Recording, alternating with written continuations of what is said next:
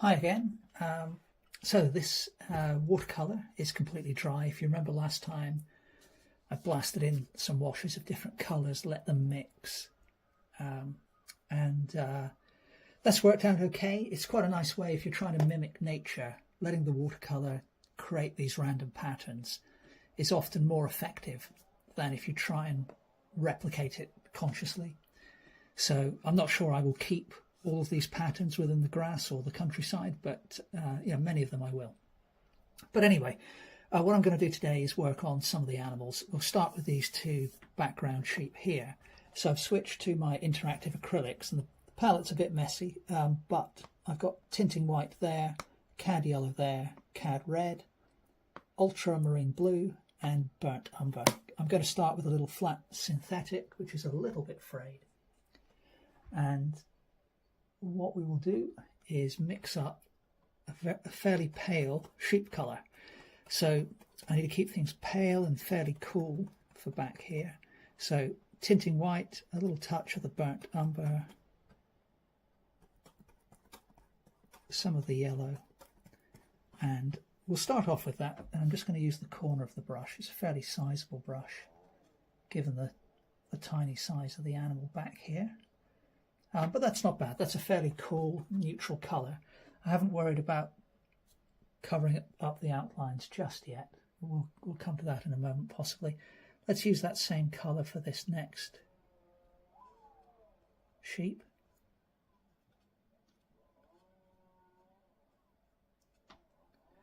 And for the moment, that's probably all I need to do for those two. Now, if you remember from last time, if you happen to see the previous stream, I put in this dark region in the wash and then deliberately lightened the area around this little lamb, because this little lamb's going to be in shadow, so I want high contrast there. But a consequence of that was this could now perhaps be a cast shadow because of some cloud overhead. So I want to keep the treatment of these animals on the edge, much like the animals in the background. I'll keep the treatment even in the finished painting. That will be quite simple compared to these two main animals here. And I'm thinking, well, if these were kind of more dark and subdued in colour, then that would also keep them less noticeable than the main characters. So I want people's eye to be drawn to these two, and these over here are less important. So what we'll do is we'll carry on with that, something similar to that colour we've got. I'm going to grab a bit more of the tinting white, touch of the burnt umber,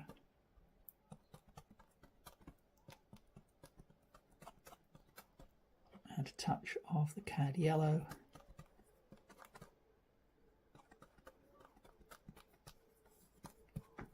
and I'm just going to spray the surface of the painting with a bit of water. Now, because the watercolour is completely dry, unless I scrub at that, I'm not going to have to worry too much about the watercolour lifting off. And I'm just looking at my reference and thinking I might extend the length of the body of that animal there a touch.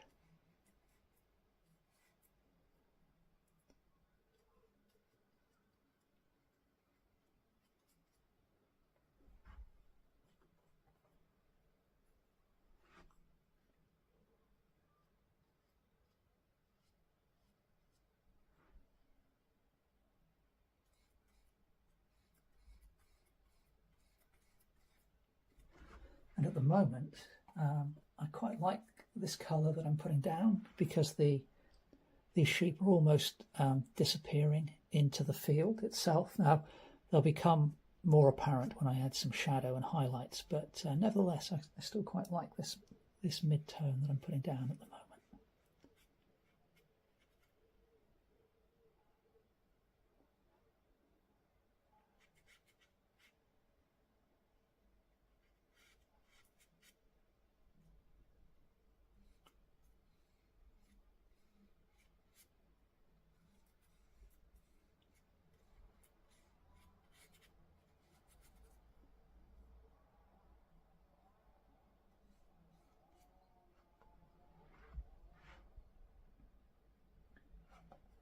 So while we've got that colour on the brush, I think what I'm going to do is just add some more white to that mix, some more of the tinting white, and again I'll just spray the surface of those sheet with water so that when I paint into it I get some fairly soft edges.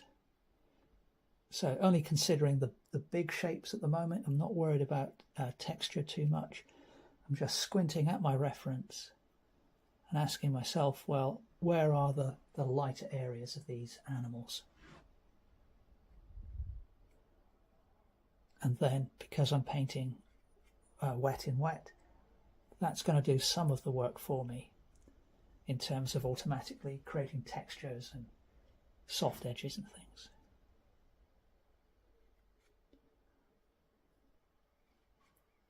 That last brush stroke there was a little bit wayward, but I think we got away with it. So that's all I want to do for those three for the moment. I am going to come back. I don't know whether it will be in this clip or another one, but I will come back and put some shadows in. And here we go. Just trying to find the... Now, I'll keep going. I'm going to move over to this one here. I'm going to keep going with that colour, actually. So I'm going to start with a lighter colour than I did with the others. And it's always interesting, I think, when this is the same colour that I just put down as the highlight over there, but you can see it looks like a highlight against the dark background of these, but it looks like a mid-tone putting it against the paler background that this animal is against.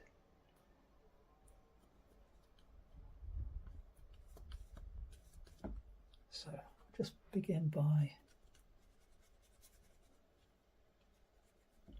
blocking this one in, and then the hindquarters need to be up a touch higher.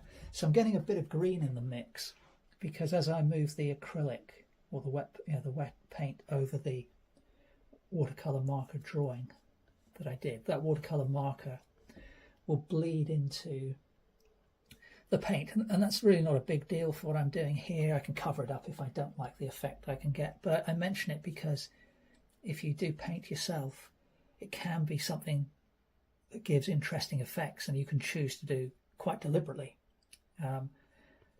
So it's always worth considering how one medium interacts with another, because it can be a really fun way to work, and you can often produce effects that are difficult to achieve any other way. Now, this animal here, I've noticed I made a mistake with my drawing. So the head of the animal needs to be, I may as well block it in with this colour. I'm running out actually. Let's go to the slightly darker one. So the head of this animal needs to be more down there somewhere. So I'm just going to put in a loose mark for the moment, and then we can refine that later. Okay, so having done that, I'm just cleaning my brush off.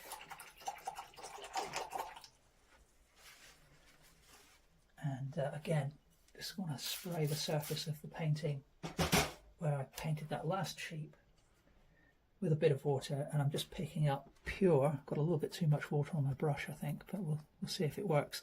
So I'm just picking up pure tinting white.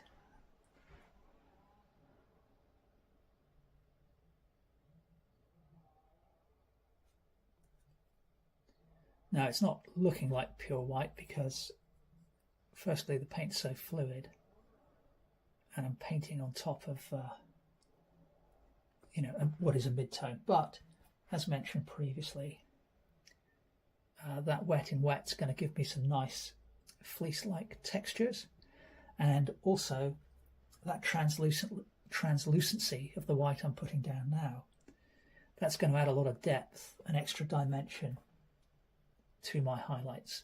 So what I will probably do later in the painting is come in with some titanium white, which is much more opaque than this tinting white that I'm currently using, and that will allow me to have sort of extra bright highlights on top of these more subdued ones. Okay, so let's move on to the main two. I'm going to take a different approach with those two, in part because I've more or less run out of tinting white on my palette, and I don't want to, well, I don't want the live stream to be about me going across the room to get some more paint, so we'll do what we can with these other two, and then come back and maybe put some shadows in on those. We'll see how we get on. Okay, so what I'm going to do to begin with is grab some, we'll take a different approach, we'll work dark to light, so I'm going to grab some of the burnt umber and some of the ultramarine blue.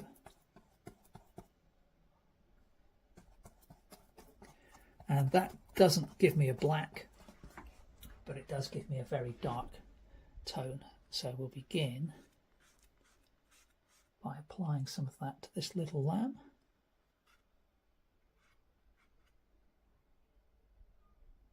Now we have to, it's important to be, observant when you're applying very dark shadows like this, because although this little lamb is in very deep shadow, it isn't completely one tone. So for example, his head is much darker, as are his legs, than the rest of them. And then when you come down to the fleece, there's a lot more blue in the shadow. So I'm just picking up some more ultramarine, and I'm mixing that in with what I've got left on my brush. Now that may well be too dark, but nevertheless it's still going to act, I think that probably is a bit too dark, but it's still going to put in a subtle boundary between the bottom of the head and the legs and the body. But what I can do now is, just in a very unsophisticated way, I'll just grab a bit of the tinting white I've got left. Excuse me, a bit of the tinting white I've got left. I'll just mix that in with what paint is left on my brush, and we can begin to put in a little bit of a subdued highlight there.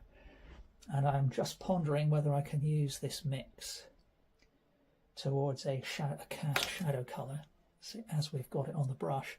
I think we probably can. So we'll pick up just a touch of cad yellow, mix that into the colour that I just used, and that's going to be a very deep green.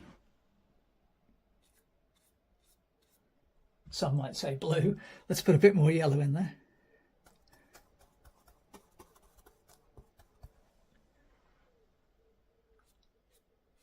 And I don't know how well that's showing up on camera, but that is a very deep green.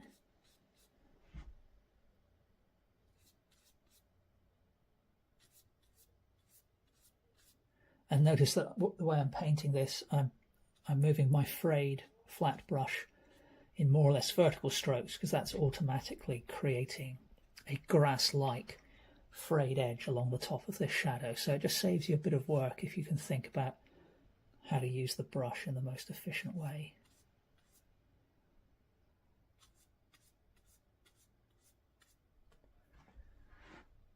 Okay, so we've got that little dude or dudette.